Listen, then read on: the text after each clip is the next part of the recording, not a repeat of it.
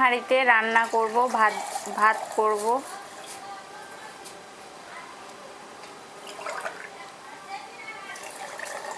ধুয়ে নেব।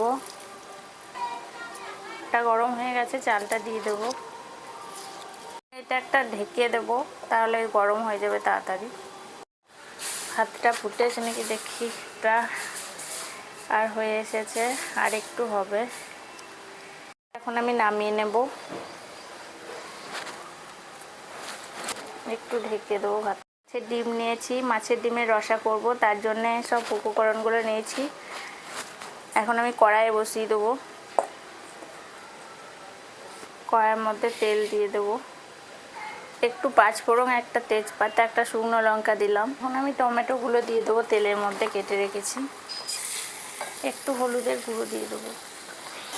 3টে কাঁচা লঙ্কা দিয়ে দেবো। এখানে আদা আর জিরে বেটে রেখেছিলাম, সেটা দিয়ে দেবো। ভালো করে কষিয়ে ভেজে নেবো এটাকে। একটু লঙ্কার গুঁড়ো দেবো, কাশ্মীরি লঙ্কার গুঁড়ো দেবো।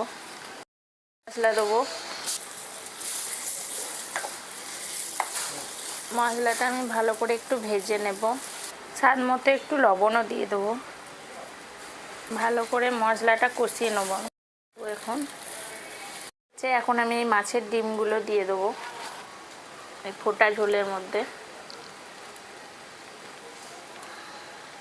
এসেছে, আমি একটু ধনেপাতা ছড়িয়ে দেবো। মাছের ডিমের কষা করেছি, হয়ে গেছে। আর ভাত। দেখুন বন্ধুরা, আজকে খেতে আমি রান্না করেছি। কেমন হয়েছে খেতে?